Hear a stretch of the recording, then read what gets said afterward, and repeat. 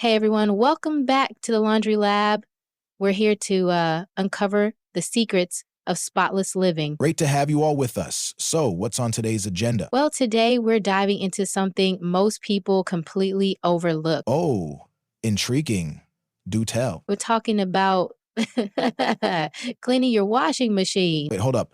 Cleaning the washing machine? Isn't that like giving your dishwasher a wash? Exactly. It seems counterintuitive, right? Yeah, I mean, it's the thing that cleans. Why would it need cleaning? That's what most people think, but believe me, it's necessary. Okay, you've got my attention. When was the last time you cleaned yours? Honestly, I think never. I can't say I'm any better. Maybe once when I first got it. Well, you're not alone. It's one of those if it ain't broke, don't fix it things. Mm-hmm. But here's the thing, over time, gunk builds up inside. Gunk? That's a technical term? Absolutely. All the detergent residue, fabric softener, and grime from clothes, it all accumulates. Gross. I guess I never thought about where all that goes. Yeah, and it can lead to mold, mildew, and nasty odors. Yikes. So that's why sometimes my clothes come out smelled off. Exactly. It's not your imagination. Well, consider me convinced. So how do we tackle this? First things first, make sure the washer is empty. Right, wouldn't want to wash our clothes in vinegar. Exactly, or worse, bleach. Good point. Next, for front lugging machines, you need to clean the gasket, the rubber seal around the door. Ah, that thing does look kind of grimy now that I think about it. Yep, it's a hot spot for mold. Ew. You can use a mixture of equal parts water and vinegar to wipe it down. Vinegar strikes again. Seriously, it's like a superhero in liquid form. Should we give it a cape?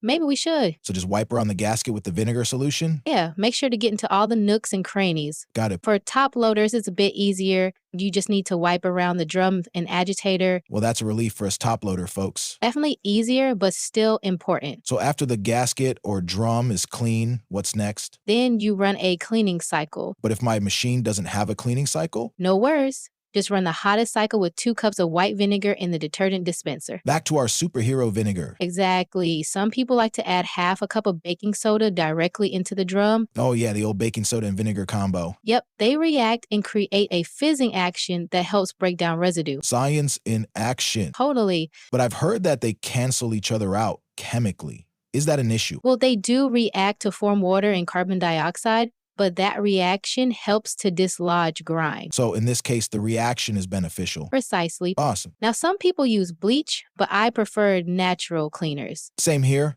Bleach can be harsh and isn't great for the environment. Exactly. Plus, if you have a septic system, you need to be careful. Good point. So after running the cycle, it's good to wipe down the drum and leave the door open to air out. Letting it breathe a bit. Yup. Moisture is the enemy when it comes to mold. Makes sense. By the way, do you ever measure out your detergent? Guilty. I usually just pour and hope for the best. Same here, but apparently using too much detergent can cause buildup. Who knew more soap could lead to less clean clothes? Ironic, right? So I'll start paying attention to those measuring lines on the cap. Me too. Hey, have you ever cleaned the detergent drawer? Wait, that's a thing? It sure is. It can get pretty scuzzy. Well, add that to my to-do list. You can usually pop it out and soak it in warm water with some vinegar. Vinegar saves the day again. Every time. Speaking of things I've never cleaned, what was that you said about a filter? Oh, yeah.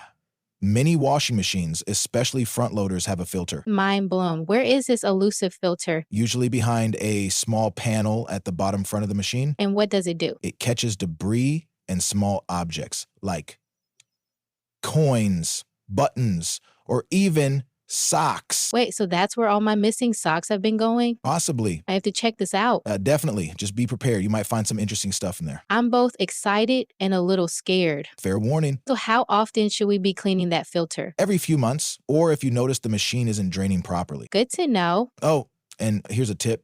Have a towel handy when you open it. There might be some water. Thanks for the heads up. Anytime. Hey, quick question. Have you ever added essential oils to your laundry? Actually, I have. A few drops of lavender oil make everything smell amazing. Nice. I've tried tea tree oil. It's antimicrobial. That's clever. Plus, it gives a fresh scent. Just be sure not to overdo it. Essential oils are potent. Right. A little goes a long way. Absolutely. So any other tips for preventing mold and odors? Leaving the door open after use really helps. Noted. And wiping down the drum and gasket after each wash. Okay, that's something I can start doing. Go ahead. Also using high-efficiency HE detergent if your machine requires it. Oh, yeah, I've seen that on the labels. Using regular detergent in an HE machine can cause excess suds and buildup. Good to know. I'll make sure to check that. Awesome. Well, I think we've covered a lot today. Agreed. I feel much more prepared to tackle my washing machine. Fantastic. And hopefully our listeners do too. I'm sure they will. Remember, a little maintenance goes a long way. Absolutely. Any final thoughts? Just that taking care of your washer not only helps your clothes get cleaner, but can also extend the life of your machine. Couldn't have said it better myself. All right. Thanks for joining us on this episode of The Laundry Lab. Until next time, keep it clean and keep it green. Bye, everyone.